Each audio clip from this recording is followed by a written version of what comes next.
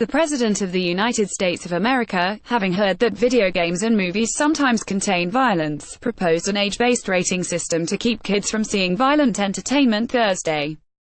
Donald Trump revealed that he is completely oblivious to widely adopted movie and video game rating systems during a meeting on school safety at the White House Thursday. The president said that violent video games and movies and also the internet are affecting young people's minds and suggested that there should be a rating system for movies. I'm hearing more and more people say the level of violence on video games is really shaping young people's thoughts, Trump said at the meeting. And you go the further step and that's the movies. You see these movies, they're so violent. Maybe they have to put a rating system for that. Luckily for today's youth, there already are restrictive rating systems for both movies and video games. Movies have received age-restricting ratings in the U.S.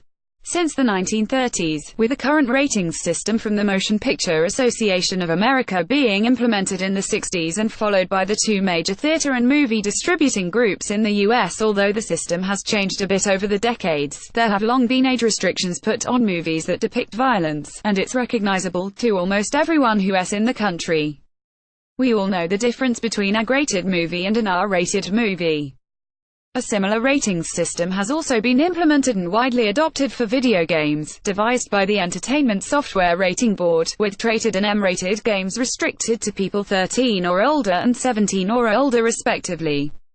Both rating systems include easy-to-identify ratings that suggest appropriate age cutoffs for their respective media, along with content descriptions that explain why it received its rating. The majority of movie theaters and video game outlets in the United States restrict what people can watch or purchase based on these systems, according to both organizations. So, yes, Trump, it would be a good idea if they implemented ratings systems for movies and video games. It's such a good idea, in fact, that both industries already did that decades ago. Of course, even with those restrictions, violent, gun-related tragedies continue to happen at an alarming rate in the US, so maybe it's worth looking at a different reason for why these things continue to happen.